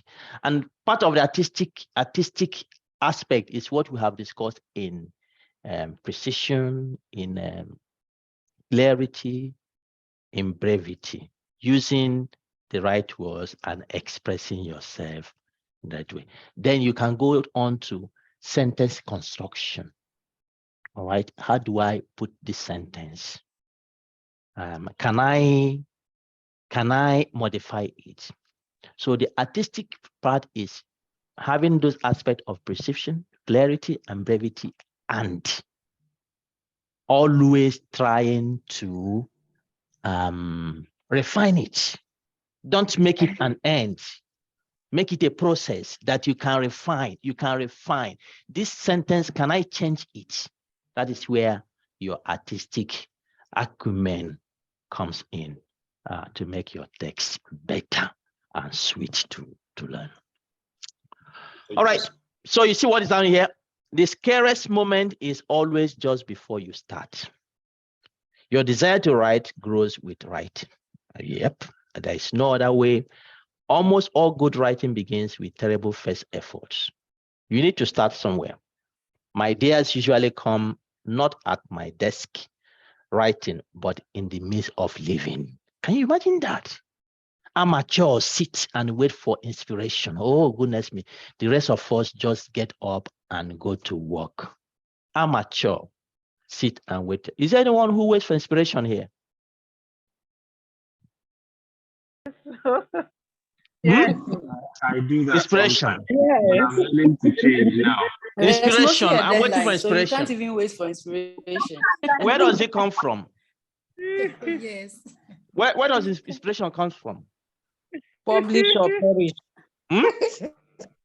It comes from publish or perish. That's when inspiration comes. Yes. It's mostly a deadline. You can't even wait to have inspiration. Inspiration comes from within us. From within us. All right. So it comes when you start writing. Somebody mentioned deadline. All right. So that is one of the mistakes that we make. You wait for the last minute. If you wait for the last minute, you wouldn't be artistic enough. If you wait for the last minute, you have greater risk of plagiarism. If you wait for the last minute, you write something that will become frustrating because Jonas will not accept. And then you think it's about you. They're thinking about you, but because of the habit you have cultivated. And so what is on top here is habit cultivated and lived can make or mar your writing success. It's not based on inspiration. It is doing it. Just get into it, then you see what happens. So if you wait for inspiration, you may wait for a long time. And that is what we have on the negative side, avoidance. That is actually what you're doing. There's no inspiration you're waiting. There's no inspiration that will come from anywhere. We came back from London. All right. Last night. So please. We gave them the bullshit. All right. Threat of success. Threat of success. Let me quickly go through this. Big question. What makes a successful scientist? Let me have 5 hands in a few seconds, just 5 hands. What makes a successful scientist? Yeah. Yeah, I have 2, 3, 4. 4. Okay, it's enough. It's enough. It's enough. No. I know those who come first. I will bring down those who came late. Yeah, I have my 5. Okay, I have Eman Lawi. Hello, the group. Actually, you will be a great or successful scientist if you have a great ideas and new descriptions and new something new for the science. This will be your success. If you have a writing style that make your audience follow you every word you are writing it, you will make you a great professor and a great success. You must have what is called the dramatic building for the paper to make it very attractive for the audience to get your ideas. All right. Thank you. Yeah. Thank you, Eman. Okay, Neka Constance. Yeah. For me, to be a great scientist, you need to be collaboration is number one. Mm-hmm. You need to collaborate. Yeah, then even with your ideas, if you have ideas and you don't collaborate, you know it's a problem because it's not just having the idea, but if you're able to collaborate with others, especially outside your zone, internationally, you can actually be a very successful scientist. So that's, for me, I think that's the key. You need collaboration. Thank you. All right. And I have Nelson Kubuai. Okay, Bright, I don't know if I get well the question, but I think what makes a successful scientist is the outputs, the productivity, and as well the impacts that he's discovered. Yeah, so we are talking about traits of success. All right, Eman, dear, productive, please. I can say. Productivity. Yes, thank you. I think to be a successful scientist means that you are organized, you are have a commitment and dedication to do something, you have a purpose, and you are trying to accomplish these goals or this purpose. Mm-hmm. All right. Thank you all. Let's see what I have here. Some traits of career success. I have David Jensen. He said, number one is passion. Passion. You know, when we are discussing about some of the issues, and he says writing is difficult. Yes, it's not. Even the best writers wouldn't tell you it is easy. All right, but you have to do it. All right. Now, the question is, it is really impossible to be successful in something you are not passionate about. It's impossible to be successful in something you are not passionate about. Does everyone agree? Yes, I agree. Yes, you are very right. Yes. Strongly agree. Yes. Yes. Strongly agree. Without it, it is difficult. All right. Persistence. Yeah, I see somebody putting perseverance in the chat box. Perseverance. Persistence. Never say never. Never give up. And that persistence comes with, you send, for instance, you have written, it's not good. You send it to a journal and they look at it and then they reject it. And when they reject it, the first thing you do, what is the first thing you do? You have to look at the comments. Is that the first thing you do? Is there anyone who starts with crying? Ah, okay. You become disappointed. Yes, so a lot of crying, yeah. A lot of crying. But some of us are developed the You are absorber. immune. You are immune. Yes, yeah, because it's our hazard. We meet it every time, so we develop the immune system to it. All so right. we see it, we laugh over it, and then we continue. All right. So persistence. It means never give up. Attack the same problem over and over from different angles. All right. Focus. All right. Missionary zeal. Commitment that goes far beyond the norm. That goes far beyond the norm.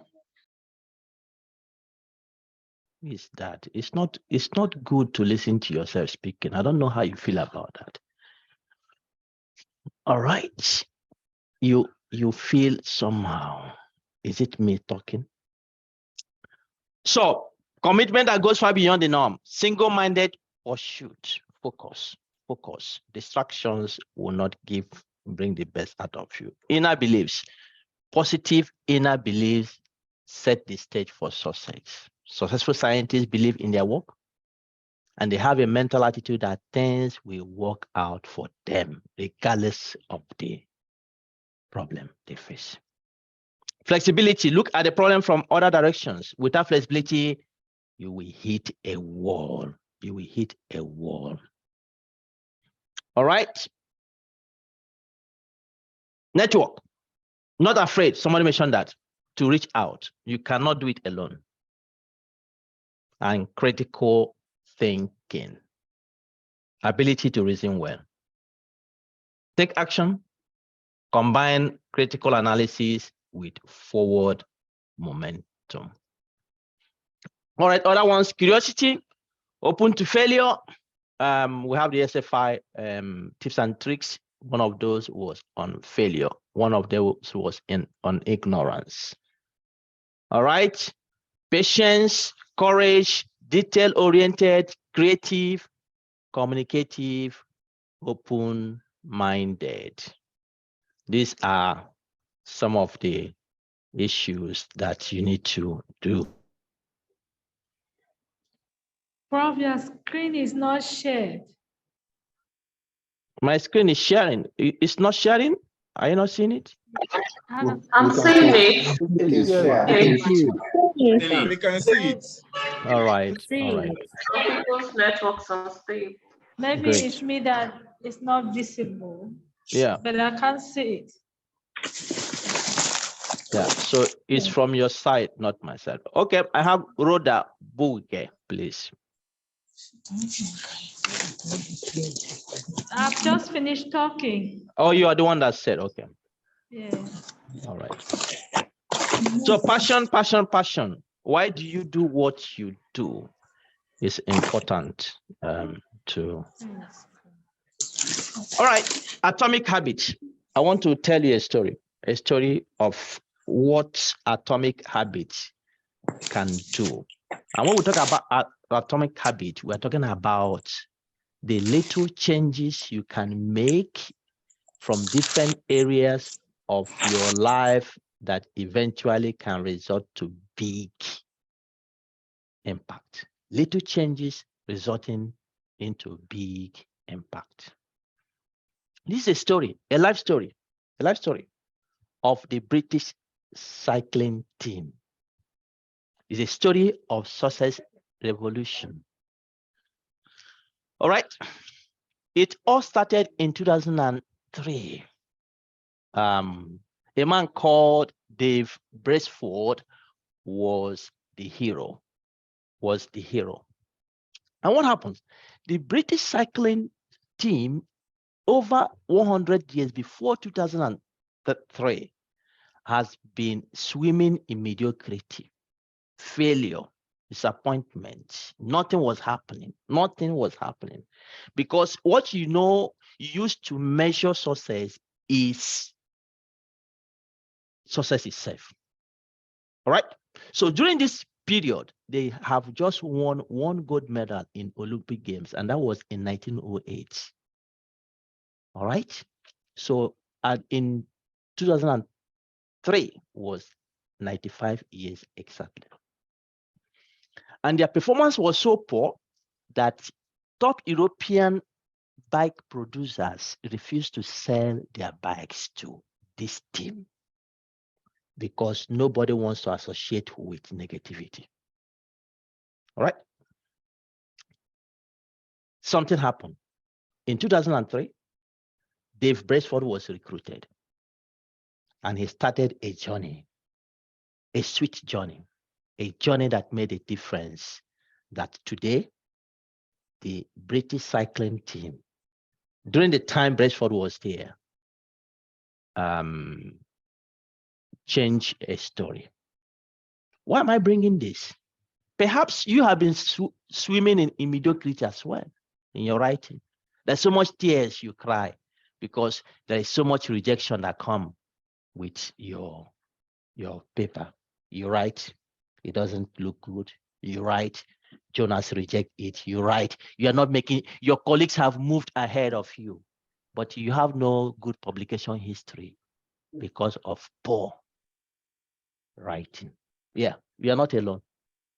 There are people who have done it at the global stage. All right. So he introduced what is called aggregation of marginal gains, searching for a tiny margin of improvement in everything you do. And when you break down everything you do and start improving each, say, by 1%, you put them together, and then what happens is that you get to a point where you see that there is a significant improvement, significant change. All right, I have Dumi Sani. You have a question? Okay, Doctor. My question is maybe how can you advise someone who has also a responsibility of leading the department, but he also wants to keep on with his writing? Like, how do you balance administration with writing? Were you forced to take the administration work?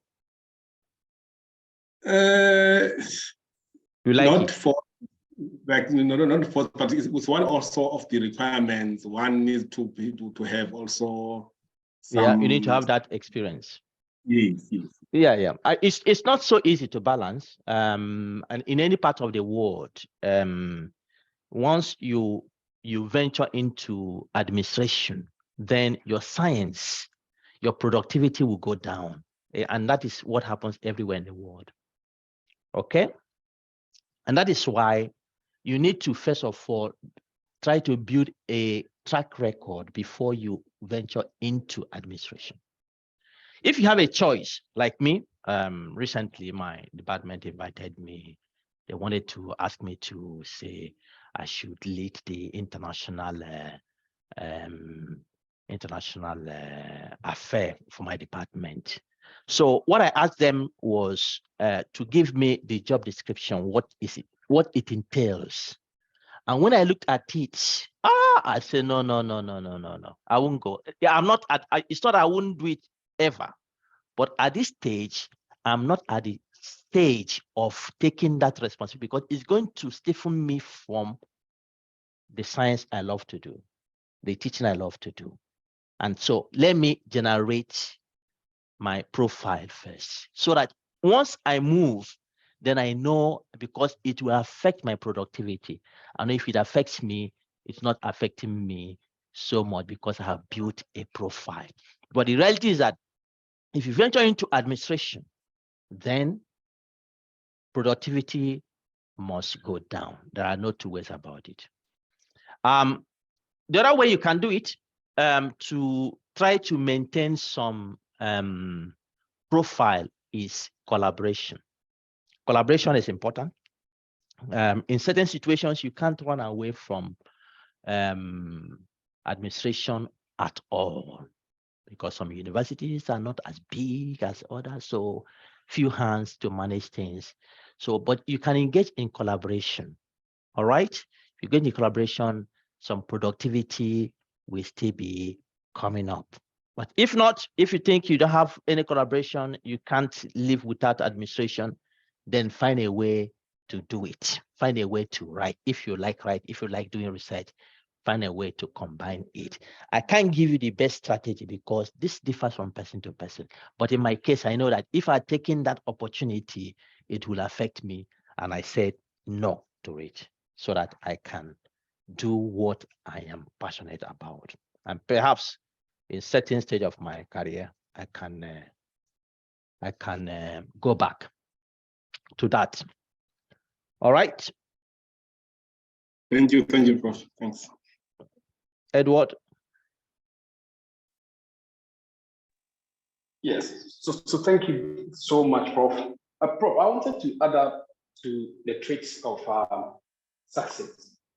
What of consistency?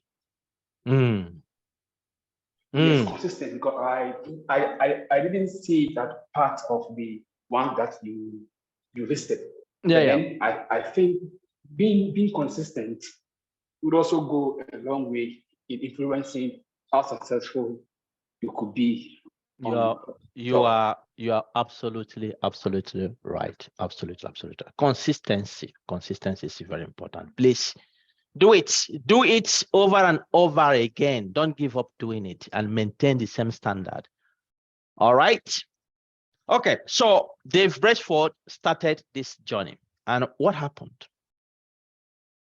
Power of Atomic Habit, small improvement that made a big. He made hundreds of improvements to this team, he redesigned, is actually redesigned the bike seats for more comfort. All right. He went there, he touched the seat, he saw how the seats are. He said, no, we can make this better the way it is now. And so he went to the producers. He went to the producers and he started asking them, can we do this better? Can we make it better? All right. And what happened was that they were able to make it better for more comfort. All right. He used alcohol on the tires for better grip. This is something they have not done before.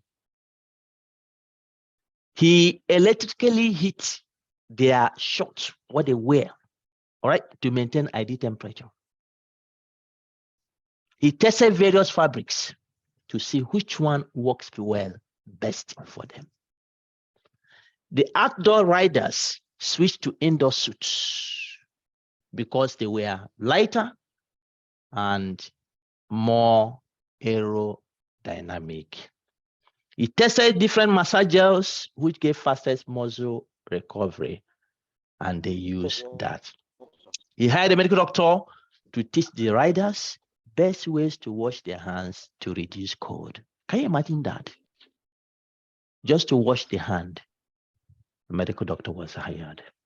And of course, to sleep, he made sure that they used the right pillow and mattresses for best sleep and comfort. And so what happened? He painted inside that is the last point I will make there. He painted inside the team bus, or you call it truck, whatever you call it there.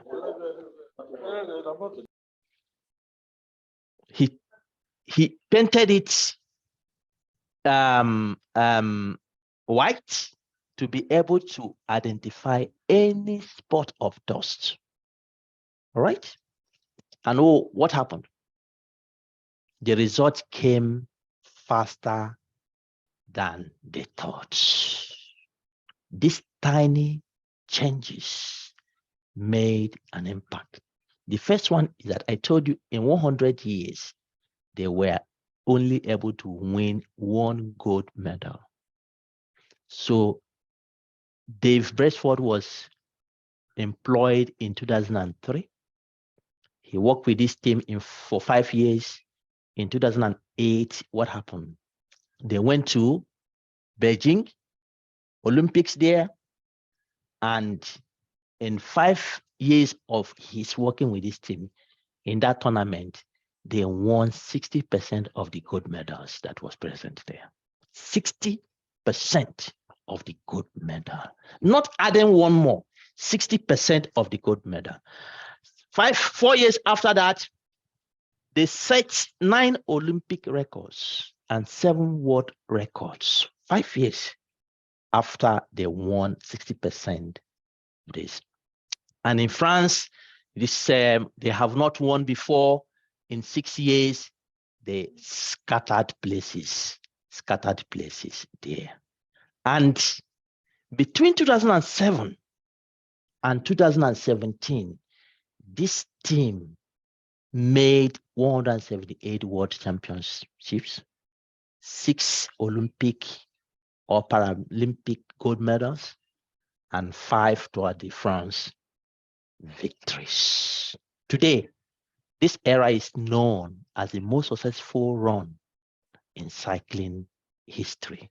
And this is a result of atomic habits, making little changes in everything you do.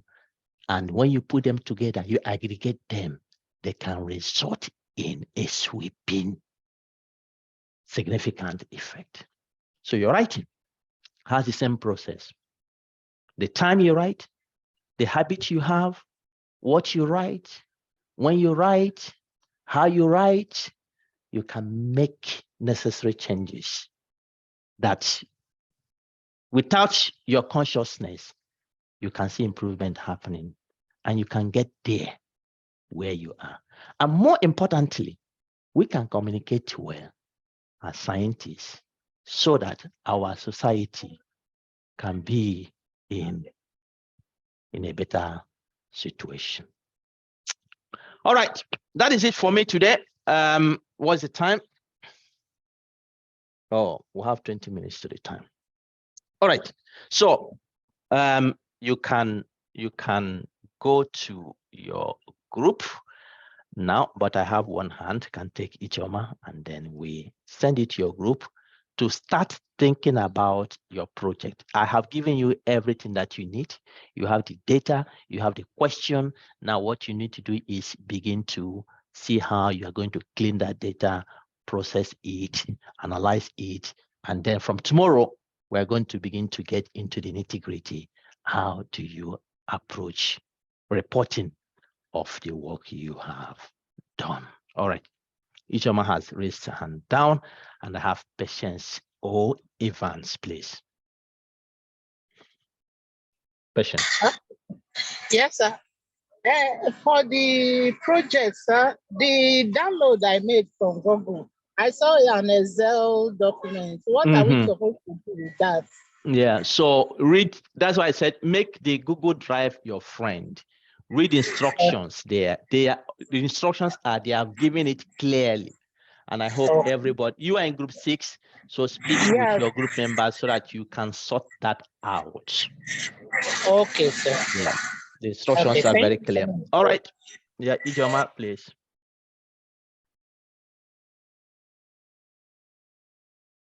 Ijeoma, are you there?